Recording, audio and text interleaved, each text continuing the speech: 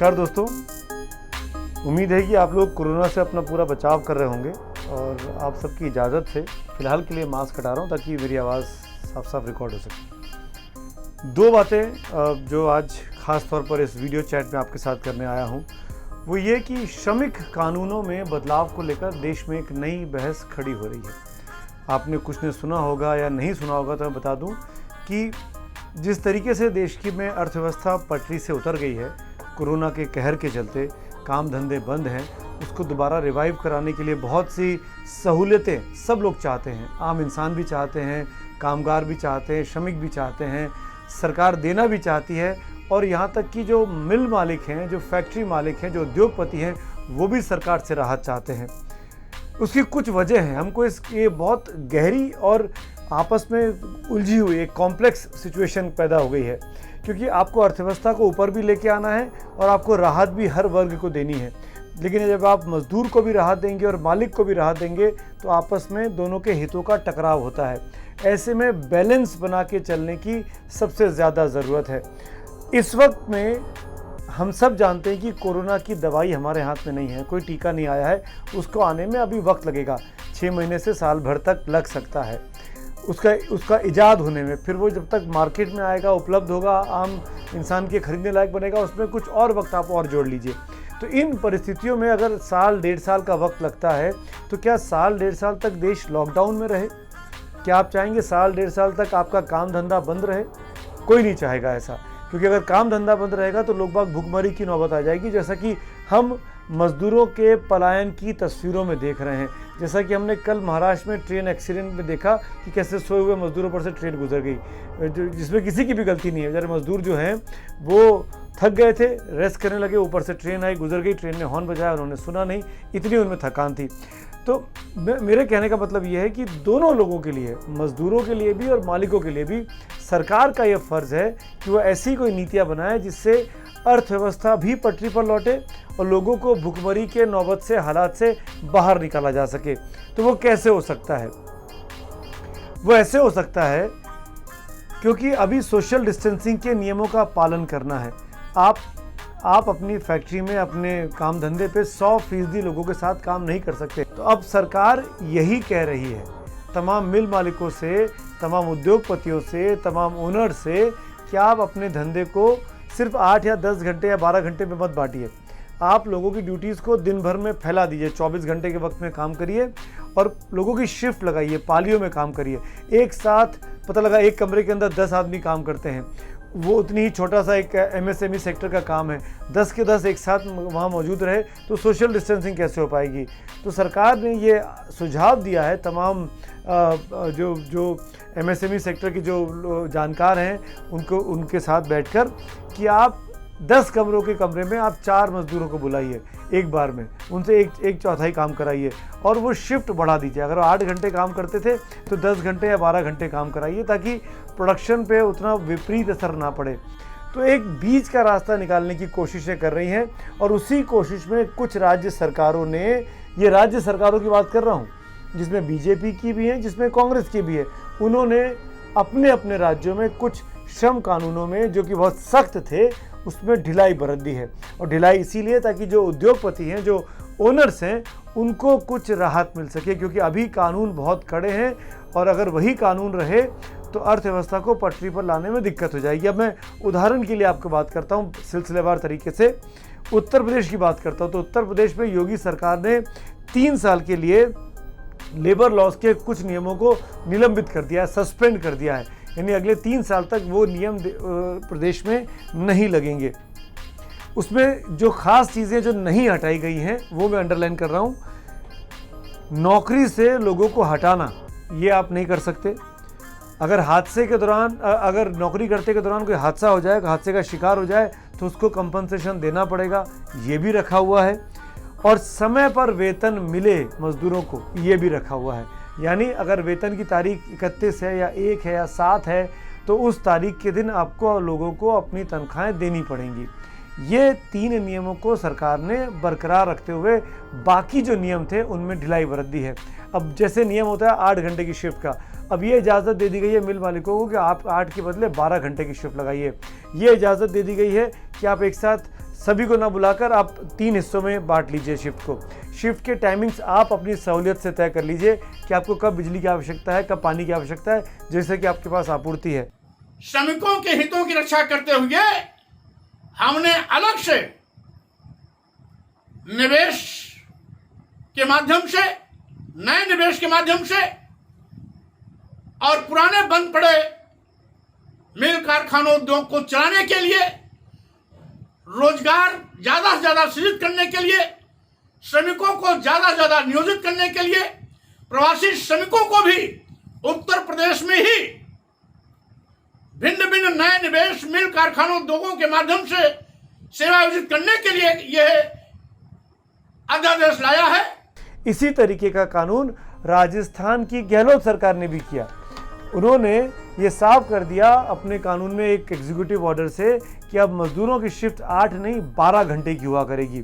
उन्होंने कह दिया इसका फ़ायदा ये होगा कि कम मजदूर रहेंगे तो ज़्यादा उत्पादन किया जा सकता है। यानी उसी 8 घंटे में अगर मजदूरों की संख्या कम हुई, सोशल डिस्टेंसिंग के नियमों का पालन हुआ, तो प्रोडक्शन पर विपरीत असर नहीं पड़ेगा।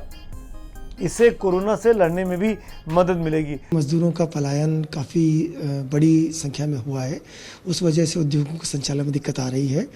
राजस्थान सरकार ने 2-3 बड़े कदम लिए हैं जिनके माध्यम से उद्योगों के अच्छे संचालन को गति मिल सके। पहला कदम तो ये था जिसकी माननीय प्रधानमंत्री महोदय ने भी प्रशंसा की थी, वो जो शिफ्ट है उसको 8 घंटे से बढ़ा करके 12 घंटे कर दिया गया है।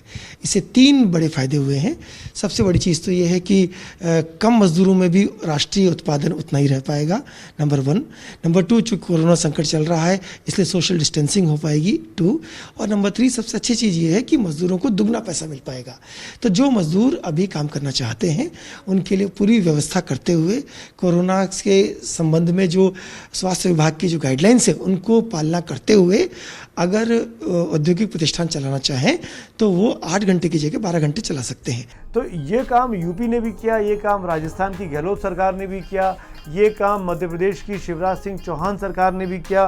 उन्होंने भी 1000 दिनों तक के लिए लेबर के कानूनों में ढिलाई कर दी है। यानी कि करीब 3 साल के लिए जो उद्योगपति हैं उनका हौसला बनाए रखने के लिए कि आप अगर कोई नियमों में बदलाव करना चाहते हैं अपनी ज़रूरत के हिसाब से, अपने मजदूरों की टाइमिंग को लेकर, अपने स्टाफ को तनख्वाह देने को लेकर, तो आप कर सकते हैं। हमारे सामने चुनौती तो है ही, लेकिन चुनौती के साथ साथ अवसर भी है।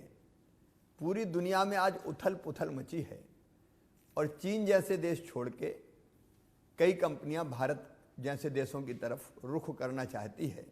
हमारे सामने चुनौती है अपनी अर्थव्यवस्था को मजबूत बनाने की, और विशेषकर हमारे नौजवान और गरीब मजदूर बहनों और भाइयों को रोजगार देने की।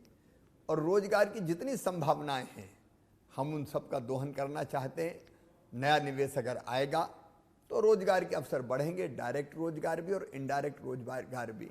इसलिए एक अवसर है हम दुनिया से निवेश आकर्षित करें, हम अपने देश से भी निवेश आकर्षित करें, हम अपने प्रदेश से भी नए नौजवानों को निवेश के लिए आह्वान करें और उनको भी जागृत करें कि वो खुद भी निवेश करें। और आजकल चीन जो है वो हिट लिस्ट में है दुनिया के लिए। बड़े बड़े देश चीन से नाराज़ हैं और अपने उद्योग जो चीन में लगा रखे हैं वो वहाँ से निकालना चाहते हैं। और जब हम इस तरह के लेबर लॉज में कुछ रिलैक्सेशंस देते हैं, राहत देते हैं, तो जाहिर तौर पर ये कंपनियां, जो अमेरिकी कंपनियां हैं, जो जापानीज़ कंपनियां हैं, जो ऑस्ट्रेलियन कंपनियां हैं, जो ब्राज़ीलियन कंपनियां हैं, जो यूरोप के देशों की कंपनियां हैं, ये चीन से निकलकर कहाँ जाएंगी? हमने देखा अभी तक जो हुआ है बीते 2 महीनों में, वियतनाम में तमाम लेबर लॉज में आसानी है। ज़्यादातर कंपनियां वियतनाम की तरफ जा रही हैं। कुछ कंपनियां बांग्लादेश भी आ गई, बांग्लादेश ने भी अपने लेबर लॉज में चेंजेस लाए हैं उन कंपनियों को अपनी तरफ आकर्षित करने के लिए। तो ये जो कोशिश यूपी ने, गुजरात ने, मध्य प्रदेश ने, राजस्थान ने और पंजाब की भी आज कैबिनेट की बैठक चल रही है, वहाँ भी इस तरह का फैसला हो सकता है, जो जानकारी हमारे पास आ रही है। तो ये इसलिए कर रही हैं राज्य सरकारें कि हम विदेशी कंपनियों को जो चीन से भागेंगी, निकलेंगी, उनको अपने प्रदेश में बुला लें। और जब ये बड़ी बड़ी कंपनियां, विदेशी कंपनियां FIIs लेकर, FDI लेकर हिंदुस्तान में आएंगी, आपके अपने राज्यों में आएंगी, तो जाहिर तौर पर वहाँ रोज़गार के अवसर पैदा होंगे, वहाँ पे अर्थव्यवस्था को पटरी पर लाने में मदद मिलेगी। और ये सब चीज़ों में कुल मिलाकर भारत की जो अर्थव्यवस्था जो इस वक्त बहुत बुरी स्थिति में चली गई है, करीब 3 महीने पीछे चली गई है, जिसको रिवाइव होने में माना जा रहा है कि 1.5 से 2 साल लग जाएंगे, वो इन कदमों के ज़रिए, सरकारों का ये दावा है, इन कदमों के ज़रिए वो 2 क्वार्टर यानी 6 महीने के अंदर चीज़ों को पटरी पर लाने में कामयाब हो सकती हैं, बशर्ते कि जो उद्योगपति हैं, जो उद्योगों के मालिक हैं, वो भरपूर यूटिलाइज कर सकें इस मौके का, इस अपॉर्चुनिटी का। अब इसकी फ्लिप साइड, जो दूसरी बात मैं आपसे कर रहा था, ये भी कहा जा रहा है, खासकर वामपंथी पार्टियां, लेबर यूनियन इस तरह की बातें कर रही हैं कि ये ढिलाई देके आप मजदूरों के साथ जाती कर रहे हैं। वो मजदूर जो 2 जून की रोटी के लिए परेशान है, वो मजदूर जो बेरोजगारी से परेशान है, वो मजदूर जो भूखा सड़कों पर चला जा रहा है, जो ट्रेन के हादसे का शिकार हो जा रहा है, उस पर अब मिल मालिक जाती करेंगे। कैसे?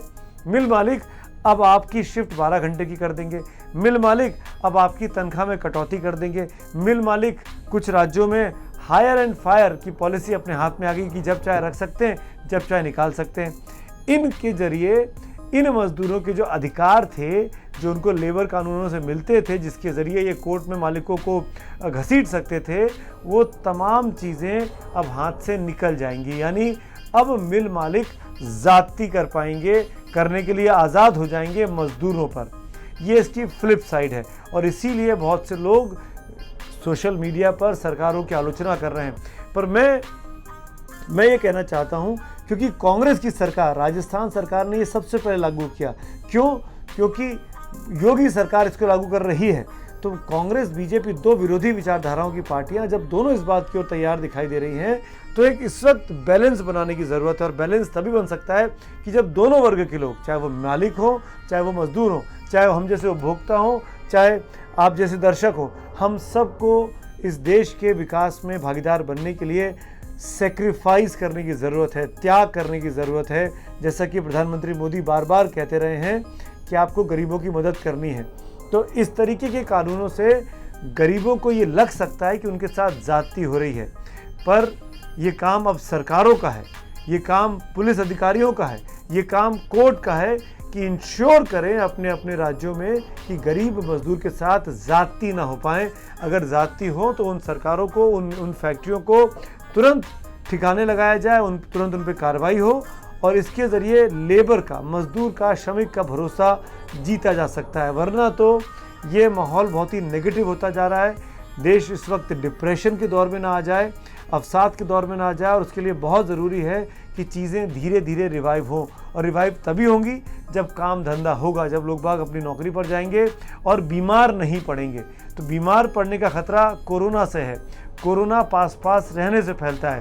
तो जितनी सोशल डिस्टेंसिंग के ज़रिए काम धंधे शुरू हो सकते हैं वो करने चाहिए, वो वक्त की मांग है। नहीं करेंगे तो भारत पीछे हो जाएगा। तो दोस्तों, ये अपील करना चाहता हूँ इस वीडियो के माध्यम से, हम सब लोग सेक्रीफाइस करने को तैयार रहें। और ये मिल मालिकों से, उद्योगपतियों से मेरी हाथ जोड़ के गुजारिश है कि ऐसा कोई काम ना करें जिससे मजदूरों को ये लगे कि उनके साथ ज़्यादती की जा रही है। क्योंकि अगर मजदूर नाराज़ हो गया तो इस देश का भट्टा बैठ जाएगा, कोई आप काम नहीं करा सकते, देश में भुखमरी के हालात पैदा हो जाएंगे। तो सब त्याग करें, तभी हिंदुस्तान का फायदा हो सकता है। धन्यवाद। एबीपी न्यूज़ आपको रखे आगे।